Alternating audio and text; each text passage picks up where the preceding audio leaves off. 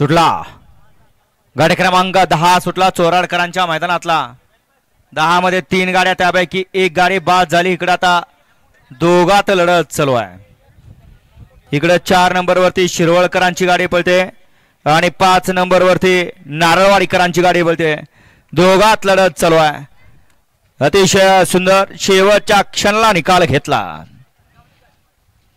गट क्रमांक 10 चा निकाल आहे। तास क्रमांक 4 वर धावलेली गाडी गुड्डू शेठ पटेल, अदनाथ शेठ पटेल, तलोजा मुंबई, विजय कबुले शिरवळ या गाडीचा 1 नंबरला विजय बैलगाडी मालकाचा राहुल ड्रायव्हर मर्डेकरांचा हार्दिक अभिनंदन।